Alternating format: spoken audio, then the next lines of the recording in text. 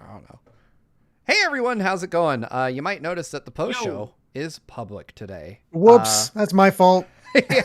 Derek was scheduling it, and I saw I was someone in in the the chat groove and mentioned that it was public, and I was like, you know what? Why don't we do a free preview of what our patrons normally get?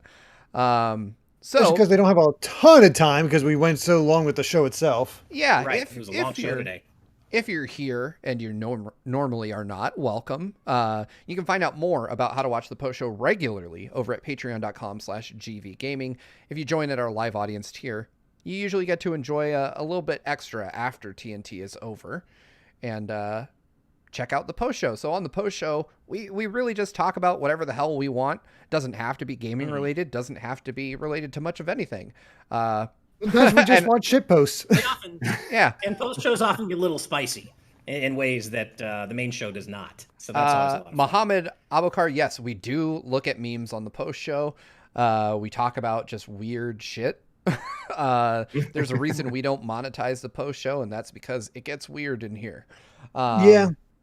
So last time we just talked about talked a lot of Zelda with Rebecca. That was fun. Yes. And I am glad to confirm for those of you that did watch TNT that Rob Arman X did deliver the goods. His roommate has dick butt tattooed on the back of his shin, and it is fucking large. Oh my God. So congratulations. Amazing. Rob Arman X's roommate. Just to, with people arriving now in the chat asking why this is public, we just made a minor mistake when scheduling it, but we just decided to roll with it and make this a free preview. Especially because it's probably going to be on the shorter end, just because I know I have to go because Amy watches Kai while doing this. Right. So I never like the, she's exhausted by the time these are done because Kai can be a handful. So, sure. I have to keep true to my promise. There's Brady Power threw down the gauntlet. We have to convince him to buy Chrono Trigger, which, by the way, I mean, I didn't know people needed convincing to buy Chrono Trigger. You'd think after all the word of mouth and everybody's saying how good it is, that would be enough, but yeah. Becca's Live does have an actual question. She says, Steve, but for real, I have issues with reading comprehension. Will I be able to fully enjoy Chrono Trigger or maybe watching a playthrough? So that is a real difficult call for me to make because Chrono Trigger, one of its greatest strengths is its story. And of course, given that it was released on the Super NES originally, it was, text heavy. So there is a lot of dialogue to process there, but there's a lot, but not as much as modern games. Exactly. It's not having replayed it with, been replaying it with Amy. It's not a super wordy game. And it's the language is kept pretty simple. I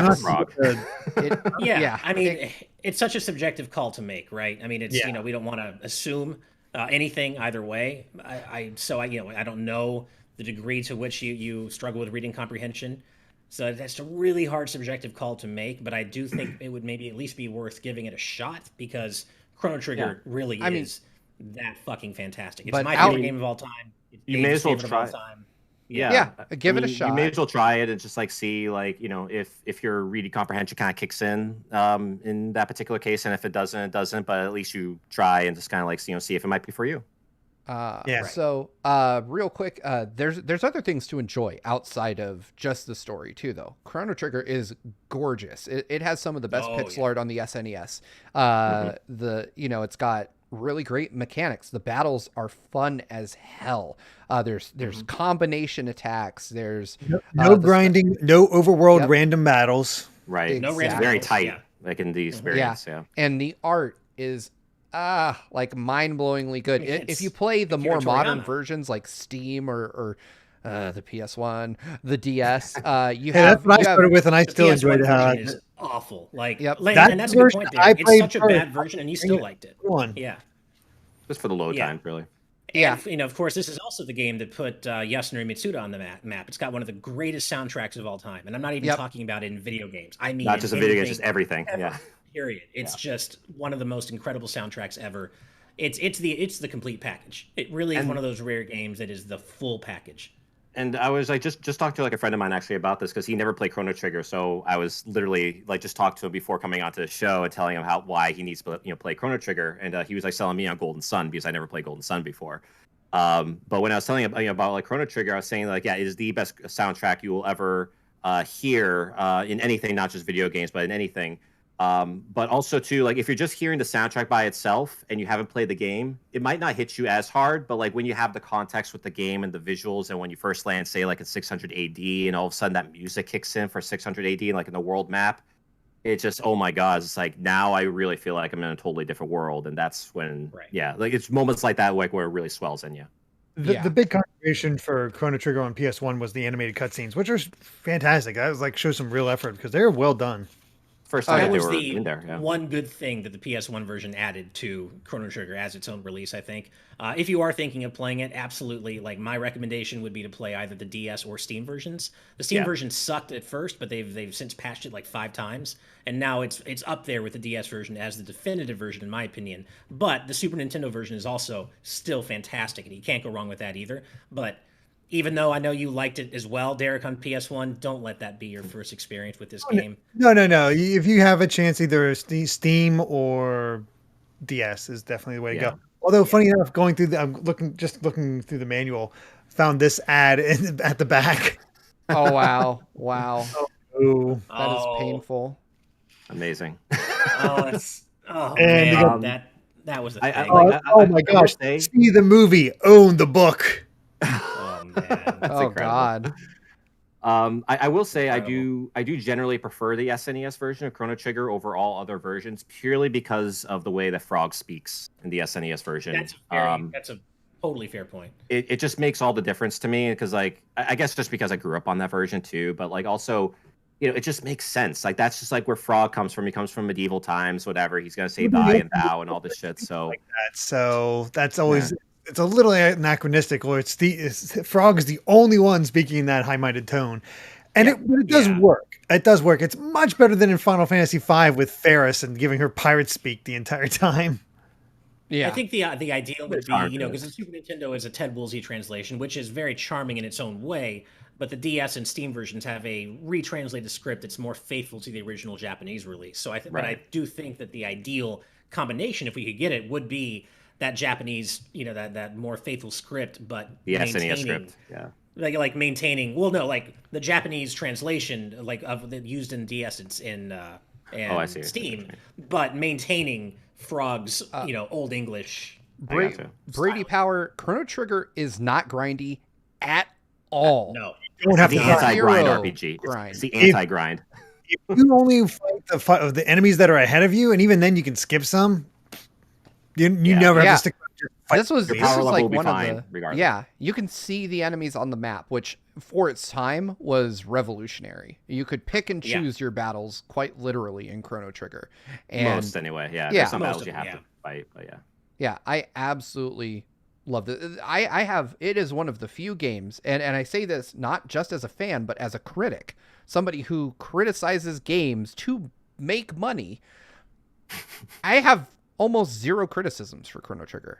In fact, I would have to dig real, like, nitpicky deep to find a criticism. I do have one that I will throw out there for newer players who are not used to 16-bit RPGs, and because I've experienced this with Amy playing it, she's having a hard time sometimes differentiating things on the map. Like she doesn't recognize chest right away, or like the healing systems in the future were not obvious to her right away. Doors, containment things to go into, doors and stuff like that. Sometimes she just does not see it.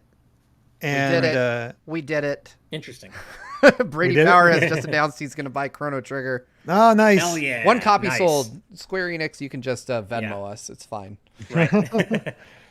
That's an interesting criticism. I never thought of it. Maybe because I grew up with it, and I exactly. I can see it perfectly, but she has trouble, and that's I think there is that generational difference that you might want to be out looking out for. Here we go. It's Adam, a nitpicky thing, but like I can totally understand it. Yeah. Adam Davis. I think the only. Oh, sorry. Go ahead. No, go for it. I was just gonna say Adam Davis in the patron chat has also said that he's now down as long as it comes to Switch. Which, yeah, man, same. I'll do it again. We hope. We sure hope. Bring it on everything. Yeah. Mm-hmm. I want to play it on my fridge. And it's only like a 20, 25 hour RPG. It only becomes longer if you do the new game plus stuff. Right. Yeah, which is I worth feel like doing that's because of all the maybe endings you can unlock in the game.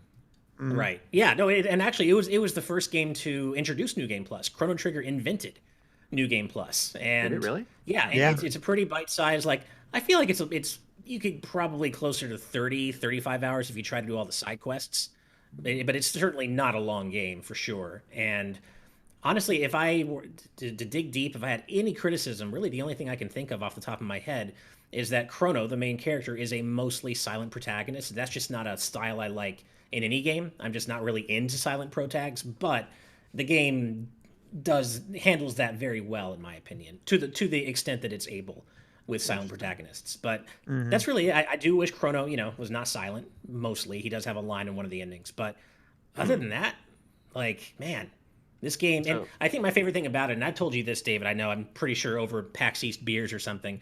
I think my favorite thing about Chrono Trigger is the fact that you can interface with it however you want. It's really whatever you want it to be. If you want to play it as a lighthearted romp with really cool characters and a time traveling plot where you have to save time itself, but keep it lighthearted, you can do that. And it gets dark, but you can do that. Or if you really want to read between the lines and get deep into the lore and dig deep and kind of go into some of the darker implications of what's going on, you can do that too. It's really as dark and as deep as you want it to be. And it's really, and Chrono Cross really goes all in. The sequel goes all in on what I'm talking about in the latter, in the sense that there's a really dark side to this story that's very intriguing if you want to dig into it. It's really just what a game. What a game. So I had to look up on the New Game Plus thing. So you're definitely right in terms of like the term New Game Plus being originally from Chrono Trigger. But apparently just like that gameplay mechanic, I guess, of like going back and replaying a game with all your stuff happened before. It says just looking up the Wikipedia article on this actually, but examples can be found in earlier games such as Digital Devil Story, Megami Tensei, The Legend of Zelda, Ghosts and Goblins, obviously, and Super Mario Brothers. I guess Zelda and Mario is kinda. Yeah, I feel like that's kind of pushing the. It's more like a unlocked hard mode type thing.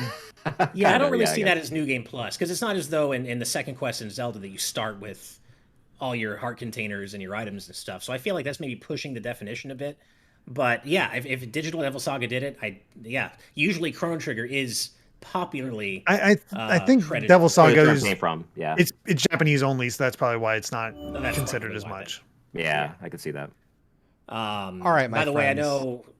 Go for it. In the spirit of the post show, to give the public audience kind of a preview of what we do here on the regular, who's ready for a shit post? I love shit posts. All right, I have linked a video in the green room, which is near and dear to Ash. Oh no, near and dear to me. This came from Adam O'Sullivan in our Patreon Discord, and I held back on it last post show because Ash had to be here for this. This was so fun doing this. I don't want to spoil it yet for the folks that don't know what video is about to come up. But awesome. I want everyone to load it up. Are y'all?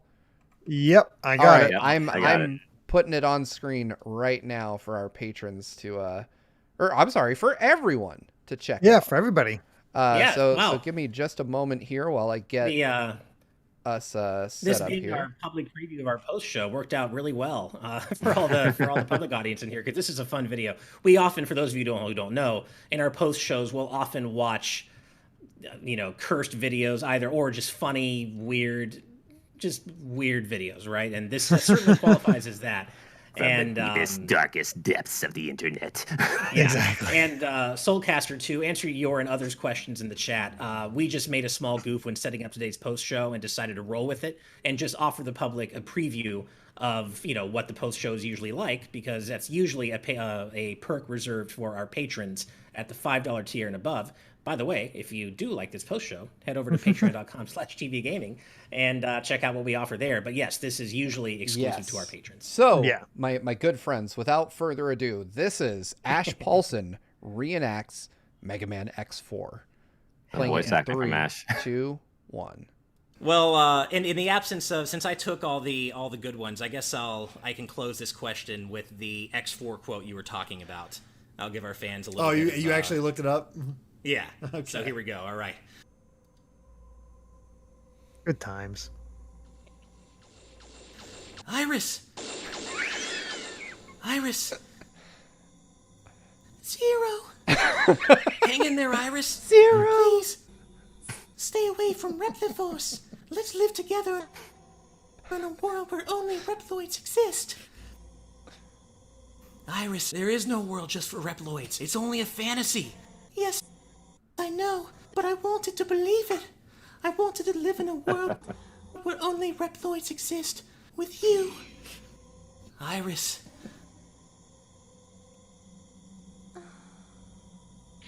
Iris. Iris. Iris. Iris. Iris. Iris. No, this isn't happening. There's no reason for me to go on. What? What am I fighting for? You were too good at that. I love that I've you've probably heard seen that that line. scene What am I so many fighting for? times at this I point. love that it's Kidding me? edited Like, with I've- the yeah, I actual basically memorized like X4's entire song. dialogue Oh, as yeah. well. That's so Let's fun. get out. It's so good. That is That's incredible. quality stuff. Like Incredible. I'd never seen that Bravo, Ash, before. by the way. Bravo. Yeah, an Thank you. excellent Yeah, that was performance, good. But I absolutely love that. I didn't know that existed, and I've known you for years now. And I watched it the other day because I was like, oh man, is this really worth putting on? I hope they're like not making fun of Ash in this thing. And I saw it and I was like, no, that's too good. Like we have to. No, I that's know people good. seem to really like it. Yeah. No, I think that's really where you started coming out as like the voice acting bit, Ash. Just because, Yeah. you know, we got that kind of came up in conversation, and you did that. I was like, oh my god, Ash can really do this. And there's just so many there's just so many fun lines from that to like recreate. Like I one of my other favorites is the opening scene where Sigma is talking to General and he's like, "Do you believe they pose a significant threat? Perhaps." It's just there's no pausing whatsoever. It's so bad. That's so good. We might have to do a GVG dubbing kind of thing, like actually do a full dubbing of like. Have Ash bad, fully dub all the X4 cutscenes. well, Right. just bad gaming Oh, no. cutscenes in general throughout history. It's bad, you know? yeah. Oh man, that could be a lot of fun. That could be fun. I would Yeah. be Patron down for exclusive. that. Patron exclusive right there. There you You gotta go. do Mega Man 8 and X4 though, because you gotta have, Bass, why must I fight you? We're not enemies. Shut up. Wait, no, Got my that's name wrong. Ash, Shut so up. I'll help you out with that for sure. Yeah. No, I was That'd be actually, I think I mentioned it. I'm not sure which channel is in our Discord, but I was like kind of, in one a previous post show, we were talking about how I always wanted to play X. Like that would be like my dream role. And I was thinking it would be really fun to do like a table read of like Mega Man X8 or Maverick Hunter X and just get whomever to play various characters and I would play X. I just feel like it would be fun. That'd be rad. Yeah. T-Tech cool. Trab sends a super sticker in the chat with a GG. So I guess this is monetized. I didn't know that. But- No, it's not monetized. They could just still send super chats apparently because it is not Thanks. monetized. Thank you. Wow, Yeah, we traditionally don't monetize these because we talk about weird, horny stuff sometimes. It really there's no topic. Like Ash's that is- voice. Yeah, I mean that is. The I horny like how you police game. qualified it Wow. weird, horny stuff. Not just horny stuff, but weird, horny stuff. I mean, I feel like it'd almost be weirder for us to talk about not weird, horny stuff. I mean, Right. I mean, when Iris is like At reaching that point, for it's like just Zero's like OnlyFans. green tits and everything. I mean, that's really weird, horny stuff right there. There you go, Steve, in the chat. Becca's Live just bought Chrono Trigger. Hell yeah. we've done it. Nice. We've done it. We've revitalized Chrono Trigger because You got to play the Ghostbusters clip. We got one. we got one. Yeah. Oh god. Thomas Nerds Out says Ash needs to do Titus's laugh. I don't think I could do that unless I had everyone's assurance and that you're not wearing headphones. Because oh man, Done. it's just so loud. He plays Ratchet Yeah. that's Yeah, right, yeah, he does. and Oh, that- Obi-Wan. that whole scene. Yeah, right, and Obi-Wan. Let's see. Where do we But, have? So for those of you that don't know, because I see some folks asking, this is traditionally a patrons only post show. You can find out more about how to join our live audience here and see this after every episode of TNT. Every time we finish TNT, we go right into a post show like this that's strictly for our live audience patrons. And typically about a half hour long. Yeah, typically about a half hour long, and we talk about life. We check out memes, weird internet videos that our patrons submit. And whatever. So, yeah, it's just kind of a formless blob of a show in which we do whatever we feel like doing. Brady Power says, Steve, I kept my word Kai and makes bought it. There you go. Sometimes Kai makes a cameo. Yeah. There's babies that show up. There's fur babies that occasionally appear. I mean, I will say, I've had a chance to play a bit more of Resident Evil 8 and got to the Speaking of babies, the second area. I'm not going to spoil anything, but this game is feels targeted against me because there's so much newborn stuff. Wow. Like it's like, if you're I became a dad, and all of a sudden it's like, no, screw you. Here, we're gonna just dive that knife in between the opening and then finding out what happened to Rose, and then finding out then this recent section and Benviento.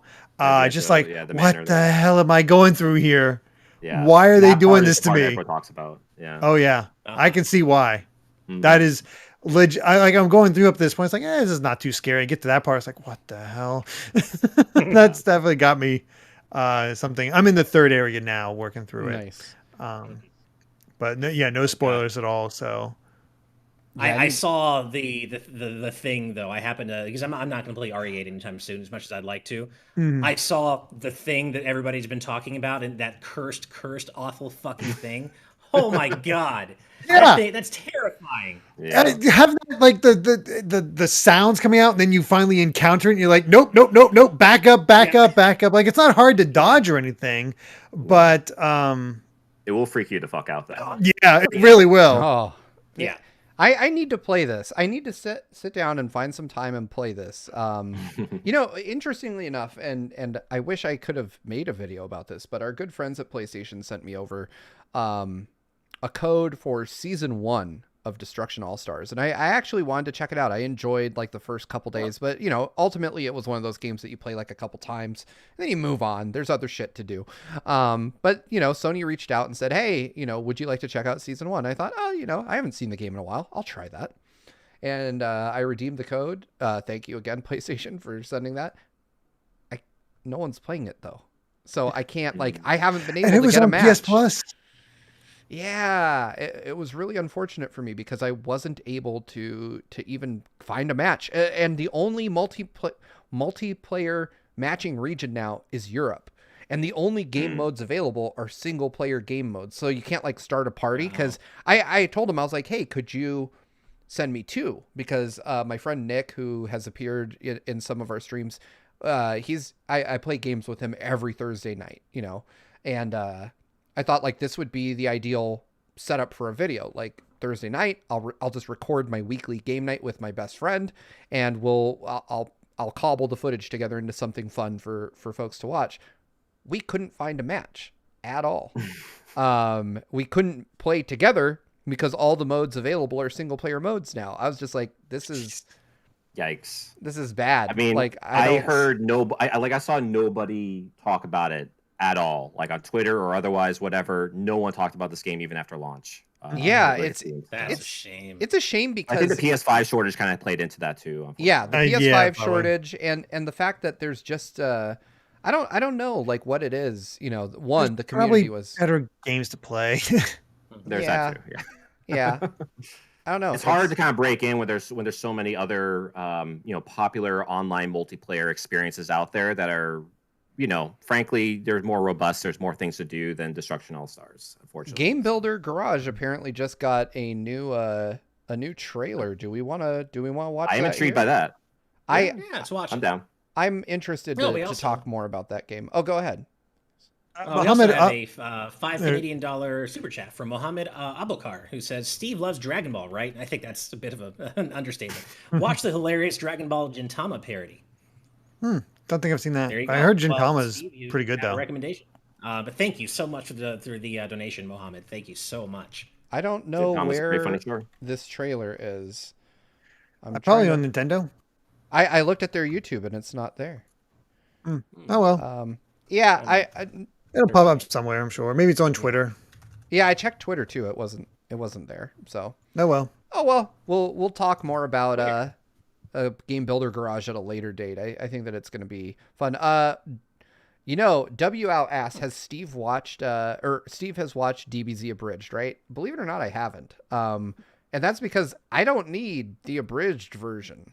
I have watched all of DBZ about 7 times. They do a good job though. I do recommend it to you, Steve. It's the first season's a little rough because of just its age, but it's a Japanese trailer. I'm not going to play a Japanese trailer. Come on. No, Come on. They'll have a translated version. I'm not going to translate it for you, and I'm not going to expect you guys to get much from it. I'm just going to say that my trailer reposting days are behind me. If there's a trailer that I can watch that is available in a language that most of my audience understands, dope. I am beyond. We will point you to the links where you can watch those from Nintendo themselves. Yeah. Nintendo's got a trailer. I'm sure they'd love for you to watch it on their own channel. That's all I'm going to say about that. Anyway, my opinion on Legacy of Goku. I played that back in what I like to call the Great Games Famine period of my life. And that meant that I was in college and working at Target for about 8 hours a week. And I could afford maybe a $30 game once every few months. So I bought Legacy of Goku. It had to do.